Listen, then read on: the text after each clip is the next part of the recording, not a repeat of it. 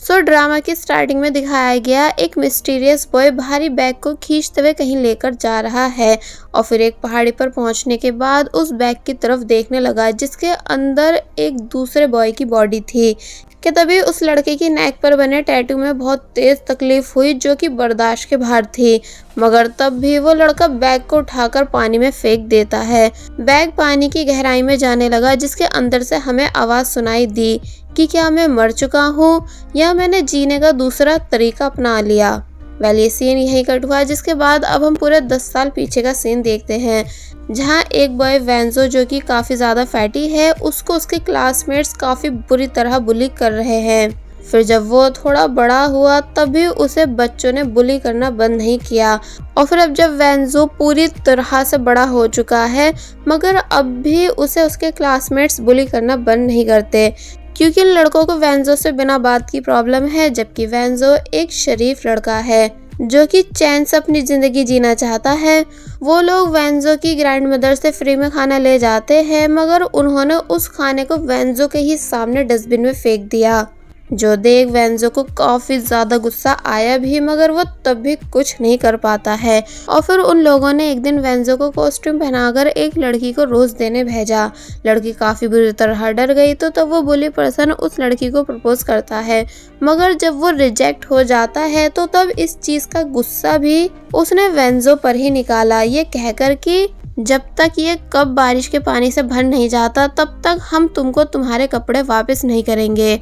बेचारे वेंजो ने उनके इस टॉर्चर को भी बर्दाश्त किया मगर जब उसकी ग्रैंडमदर को इस बात की खबर हुई इसलिए वो वेंजो का स्कूल चेंज करा देती हैं। और अब यहाँ से स्टोरी प्रेजेंट में आई जहाँ वेंजो अपनी ग्रैंडमदर के साथ रेंट पर रूम देखने आया हुआ है। एक्चुअली वेंजो के पेरेंट्स नहीं इसलिए उसका पूरा ख्याल उसकी ग्रैंडमदर रखती हैं। वेंजो को स्टार्टिंग में ही वहाँ एक लड़की दिखी मगर वो उससे हाय हेलो नहीं करता। अब वो अपना रूम फाइनल करने के बाद बाहर की जगह देखने आया क्योंकि ये पूरी सिटी उसके लिए न्यू है जहां हम उसके पीछे से उसी मिस्टीरियस बॉय को भी जाते हुए देखते हैं जिसे हम ड्रामा की स्टार्टिंग में देख चुके हैं बट आखिर ये है कौन ये हमें बाद में पता चलेगा।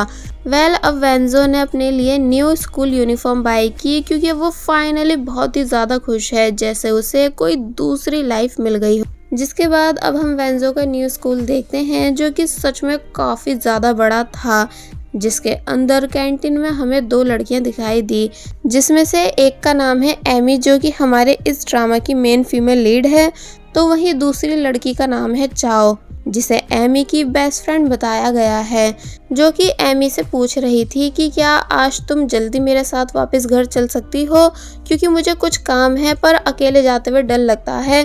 तो तब एमी चाओ को समझाने लगी कि उसे कभी किसी से डरना नहीं चाहिए बल्कि खड़े होकर मुसीबत का सामना करना चाहिए कि तभी उसकी नज़र लीजेन नाम के लड़के पर गई जो कि दूसरे लड़के से अपने काम करवा रहा था।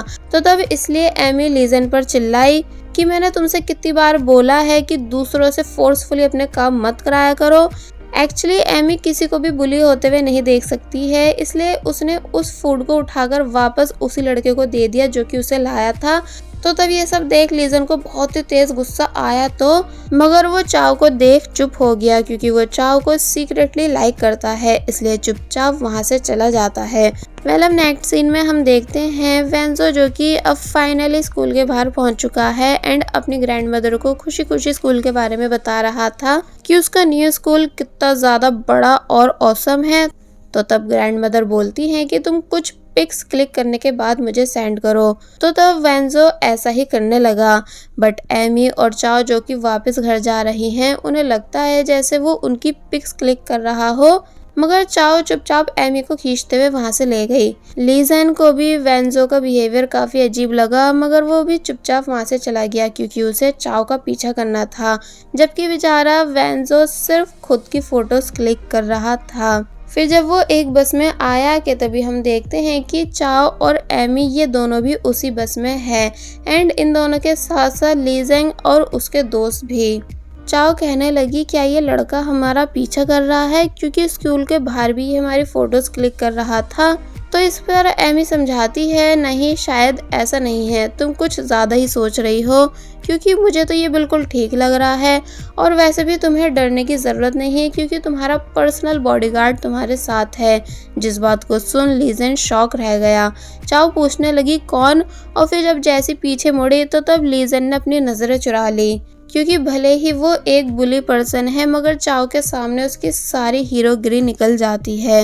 वेंजो एक बार फिर अपनी सेल्फीज लेने लगा, मगर जब जैसी बस में ब्रेक लगता है तो तब वेंजो का मोबाइल गलती से डायरेक्ट चाओ की स्कर्ट के नीचे जा गिरा। चाओ चिल्लाने लगी एंड एमी वेंजो का मोबाइल छीनने लग जाती है, ये कहकर कि तेरी हिम्मत हुई कैसे हमारी गलत फोटोज क्लिक करने की। तो तब ये बात सुन लीजेन भी भड़क गया, इसलिए नॉनस्टॉप वेंजो को मारने लग जाता है। वेंजो ने अपनी बात एक्सप्लेन करने की बहुत कोशिश की, मगर जब कोई उसकी बात सुनता ही नहीं, इसलिए वो डायरेक्ट बस से निकलकर भागना शुरू कर देता है, जिसका पीछा वो सभी लोग कर रहे थे। भागते भागते वेंजो एक गेमिंग स्टूडियो पहुंचा, इसलिए वहीं पर छुप गया।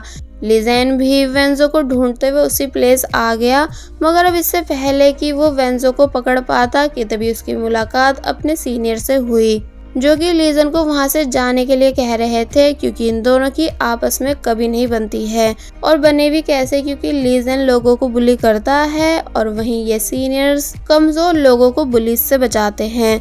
दोनों के बीच काफी बहस हुई, जिसके बाद लीजेन वहां से चला गया। दूसरी तरफ एमी और चाओ को वेंजो का मोबाइल देख पता चला कि वेंजो ने उनकी फोटोज क्लिक नहीं की थी, इसलिए यहाँ वो उसे पिटवाने के बाद रिग्रेट फील करने लगी। और वही वेंजो ने लीजेन के जाने के बाद चैन की सांस ली, मगर जब जैसी वो वहां से जा ही रहा था कि तभी पता चलता है कि उसकी बुलीज हुई हुई सभी वीडियोस वायरल हो चुकी हैं, कि लोग उसे पिछले स्कूल में कैसे ट्रीट करते थे। इसलिए ये देख सभी उस वीडियो पर हंसने लगे कि ये कितना बड़ा लूजर है, इसका पेट तो देखो कितना मोटा है, सच में हमारे समाज में ऐसे लूजर्स नहीं होने चाहिए। और फिर वेंजो को पहचान कहने लगे कि अरे देखो ये इसी की वीडियो है ना, अगर हम इसकी जगह होते तो वीडियो वायरल होने के बाद कभी बाहर निकलने की हिम्मत नहीं कर पाते। तो तब ये बातें सुन बेचारा वेंजो बस शर्मिंदा होता रह गया, जबकि सीनियर को उसके लिए बुरा फील हो रहा था। दूसरी तरफ एमी जिसे भी जब जैसी वेंजो की ऐसी वीडियो दिखी तो तब उसे भी बहुत ज़्यादा गुस्सा आया, इतना ज़्यादा कि उसने अपनी चॉपस्टिक्स तक तोड़ दी कि ये तो वही बस वाला लड़का है ना, मगर लोग इसके साथ इतना बुरा कैसे कर सकते हैं। अब नेक्स्ट सीन में दिखाया गया वेंजो बहुत ज़्यादा उदास है, क्योंकि बचपन से लेकर अभी तक लोग उसे सिर्फ मारते हैं और बुली करते हैं, जबकि उसकी कोई भी गलती नहीं होती।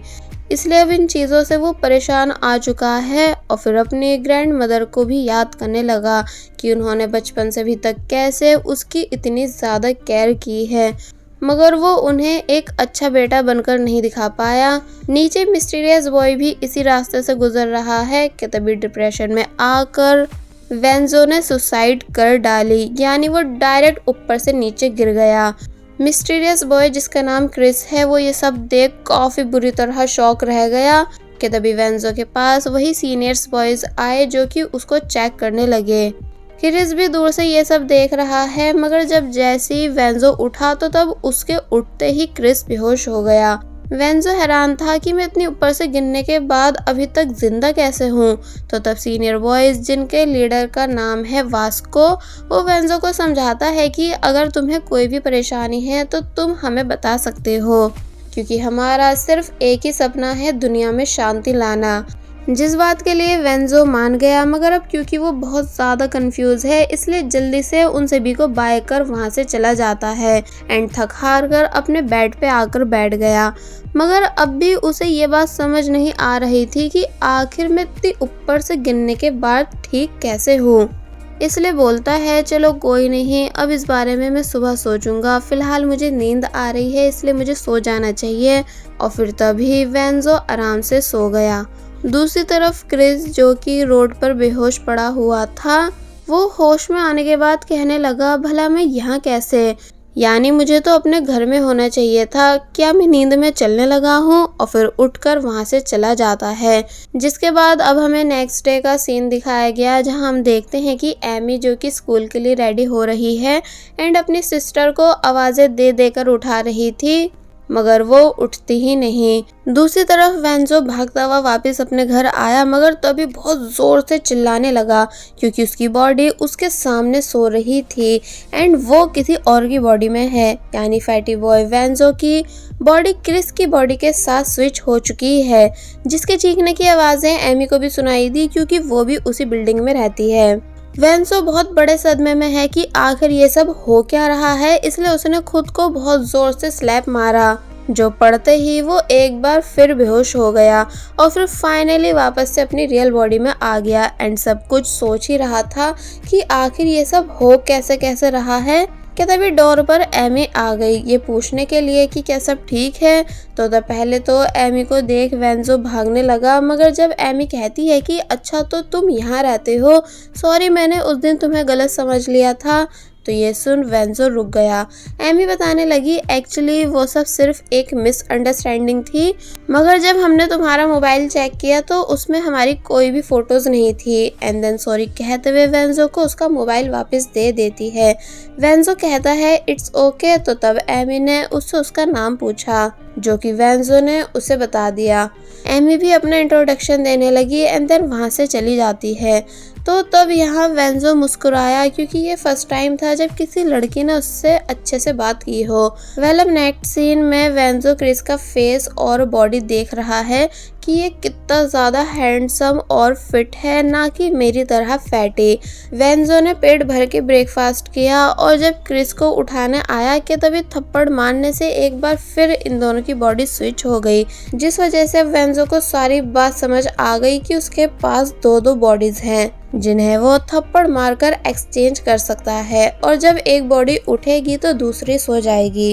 वेंजो क्रिस की बॉडी में फर्स्ट टाइम स्कूल आया ये बोलते हुए कि अब जब गॉड ने मुझे 2 बॉडीज दे ही दी हैं तो क्यों ना इस न्यू वाले को एक्सपीरियंस किया जाए। एंड देन स्कूल के अंदर चला गया, जहाँ टीचर शॉक थी कि स्टूडेंट आईडी में तुम्हारा फोटो अलग है और रियल में तुम अलग हो, इसलिए सच सच बताओ कहीं तुम झूठ तो नहीं कह रहे हैं। तो तब वेंजो समझाता है नहीं मैम ऐसे नहीं है, यानी मैं पहले मोटा हुआ करता था बट अब जिम करके पतला हो गया हूँ। टीचर अब भी हैरान थी, मगर फिर बाद में उससे उसके जिम ट्रेनर का नंबर मांगने लगी ताकि खुद भी और ज़्यादा फिट बन सके। वेल अब क्लास में आकर वो सभी को न्यू ट्रांसफर स्टूडेंट के बारे में बताती हैं, जहां हमें 2 और कैरेक्टर्स दिखाए गए, जिसमें से इस लड़की का नाम है हाना जो कि खुद को सबसे ज़्यादा ब्यूटीफुल मानती है, तो वहीं इस लड़के का नाम है ग्वांग जो कि प्रिंसिपल का बेटा है, मगर इसे ज़्यादा किसी से बात करना पसंद नहीं। टीचर वेंजो को जब जैसे अपने साथ क्लास के अंदर लाई तो तब वेंजो को देख सभी लोग बहुत बुरी तरह सरप्राइज रह गए, यानी वो सभी को बहुत ज़्यादा हैंडसम और कूल लगा, स्पेशली हाना को, इसलिए उसकी नज़रें तो वेंजो पर से हटी नहीं रही थी। चाओ और एमी भी इसी क्लास में है, यानी वेंजो एमी का क्लासमेट बना है। वेंजो ने जब जैसे अपना नाम बताया तो तब ये बात एमी को काफ़ी अजीब लगी क्योंकि सुबह उसे फैटी वेंजो ने भी यही सेम नेम बताया था। वेंजो चुपचाप अपनी सीट पर बैठ गया और बस यहीं से उसकी चर्चा पूरे स्कूल में होने लगी, यानी वो आफ्टर क्लास जब जैसे बाहर आया तो तब एक लड़की उससे उसका नंबर मांगने आई और फिर नंबर मिलते ही पागलों की तरह चिल्लाने लगती है। वेंजो फिर जब लाइब्रेरी जाता है तो तब भी सभी लड़कियों ने उसका पीछा किया, यानी वेंजो की वजह से वो बहुत सारी बुक्स ले लेती हैं ताकि वेंजो से और ज़्यादा देर तक बात कर सकें, क्योंकि आज वेंजो को काउंटर पे बैठने की ड्यूटी मिली थी। तो तब ये सब होता देख वेंजो शर्माने लगा। पेंटिंग क्लास के दौरान सभी ने वेंजो की पेंटिंग बनाने की डिमांड की, इसलिए जब जैसे उसने अपनी शर्ट उतारी तो तब सभी गर्ल्स उसे और भी ज़्यादा पागलों की तरह देखने लग जाती हैं, इंक्लूडिंग टीचर। फिर जब वो बाहर आया तो वहाँ उसे कुछ सीनियर्स बुली करने की कोशिश करने लगे उसके अचानक इतने ज़्यादा पॉपुलर हो जाने की वजह से। तो तभी एक बहुत ही फैटी लड़की उसको बचाने आई, ये बोलते हुए कि कोई भी मेरे बॉयफ्रेंड को टच नहीं करेगा, मगर उसे एक टैekwondo गर्ल नीचे गिरा देती है ये कहकर कि वो तेरा नहीं मेरा है, और फिर वेंजो से चुपचाप उसका ग्रुप ज्वाइन करने को कहने लगी, इसलिए वेंजो डरकर वहाँ से भाग गया। जल्दबाजी में वो बास्केट कोर्ट आ गया, इसलिए सभी बॉयज़ उससे साथ में खेलने के लिए पूछने लगे, मगर वेंजो मना कर देता है क्योंकि उसे बास्केटबॉल खेलनी नहीं आती। मगर जब अचानक उसने खुद से फास्ट बॉल को एक ही हाथ से रोक दिया तो तब जाकर पता चला कि जो जो टैलेंट क्रिस की बॉडी में है उन्हें वेंजो भी आसानी से यूज़ कर सकता है। इसलिए वेंजो को इतनी परफेक्ट स्किल्स के साथ बास्केटबॉल खेलता देख सभी गर्ल्स और भी ज़्यादा इम्प्रेस हुई, सिर्फ एमी को छोड़कर। जबकि वेंजो के लिए ये सभी चीज़ें किसी सरप्राइज से कम नहीं है, क्योंकि उसने बिल्कुल भी इतनी ऑसम लाइफ एक्सपेक्ट नहीं की थी। और वहीं दूसरी तरफ वेंजो की रियल बॉडी अभी तक सो रही है, क्योंकि अब ये तभी जागेगी जब क्रिस की बॉडी सोएगी। और बस फिर इसी सीन के साथ पार्ट 1 यहीं पर एंड हो जाता है। सो आई होप आप सभी को फर्स्ट पार्ट पसंद आया होगा। अगर आया है तो आप सभी प्लीज़ वीडियो पर 3000 लाइक कंप्लीट करा दीजिए, ताकि जल्द से जल्द नेक्स्ट पार्ट अपलोड किया जा सके। स्टोरी भी आप सभी को पसंद आई होगी, क्योंकि ये काफ़ी यूनिक है, जिसमें हम फुल स्कूल लाइफ के साथ साथ सस्पेंस और रोमांस भी देखने वाले हैं। इसलिए आप सभी इसके आगे के पार्ट्स को बिल्कुल भी मिस नहीं करिएगा, क्योंकि धीरे धीरे स्टोरी और भी ज़्यादा इंटरेस्टिंग बनती जाएगी। सो मिलते हैं नेक्स्ट पार्ट में, तब तक के लिए good bye and thank you so much.